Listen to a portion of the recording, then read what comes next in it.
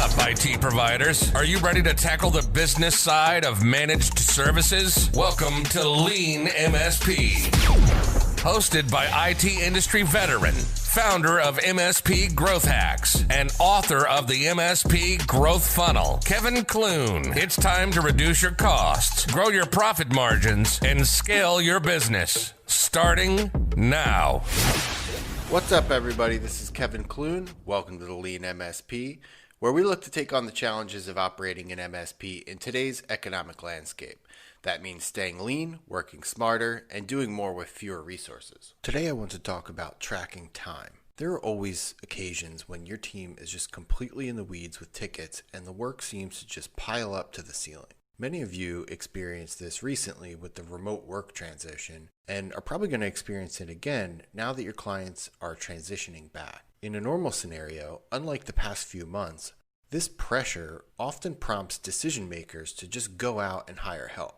They want to show action and leadership in what appears to be a time of need. This was more of a surge and not intentional growth, which is often slower. The volume is likely to level out again, leaving your company overstaffed if you did make a rash decision. A comparison to this would be if Walmart hired thousands of workers for Black Friday, which they do, and then kept them on the payroll for months afterwards, even after sales dropped and the foot traffic slowed. The best way to prevent and manage this is through tracking and analyzing the time that your help desk spends working tickets and determining how much of their time is actually being utilized. This is what we call resource utilization. When you do this correctly, this can lead to really valuable insights into your business. The challenge with this type of system is getting your people to buy in and understand that the intent is less about micromanagement and more about deep insights into the company as a whole. When your employees are accustomed to working freely without clock management, the shift towards documenting time is going to be met with a lot of pushback.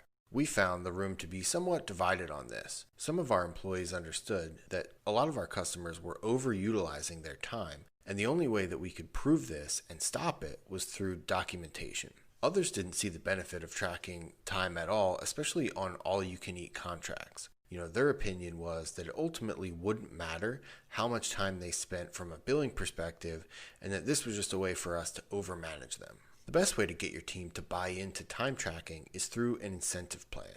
Hardworking employees should be rewarded, and this type of company-wide program is the perfect way to give them the recognition that they deserve. The amount in which you reward your employees is based entirely around what you can afford, since all MSPs charge different rates and have varying profit margins. Structuring the bonus should be as simple as possible. The more complex it is, the less likely you are to get your team excited about it.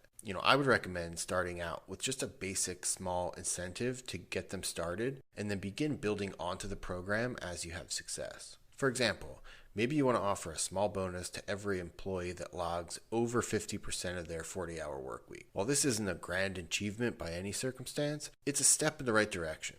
Then once everybody is getting this small bonus and everybody's logging 50%, which they should be, you can start to institute larger bonuses for higher utilization rate. Eventually, you should be able to get your employees logging over 70% of their time, which will have a major impact on your business and your ability to maneuver. The more the employees embrace it, the more data you can gather, which you can use to shuffle resources and responsibility around to create a more efficient and happy team. You'll also know exactly when to hire and when to fire based on actual data and not when your team is pressuring you to make a move. This is also really beneficial for those of you that still have time and material billing contracts. You'll be surprised at how much more revenue you can generate when your employees are equally invested as you in tracking time. Most importantly, you'll also have a better idea of how profitable your managed services contracts actually are by tracking the time worked on the account. This now allows you to better renegotiate contracts as they come up for renewal and as you can prove exactly how much service is being provided. That's all for episode 6. Thank you all for listening. I hope you have a great week. Thanks for listening to the Lean MSP. For weekly content on how you can build a smarter IT business, visit mspgrowthhacks.com/subscribe. The MSP Growth Funnel by Kevin Clune is available on Amazon in Kindle and paperback formats. Don't forget to tune in next time on YouTube, LinkedIn, Facebook, and all the major podcast platforms.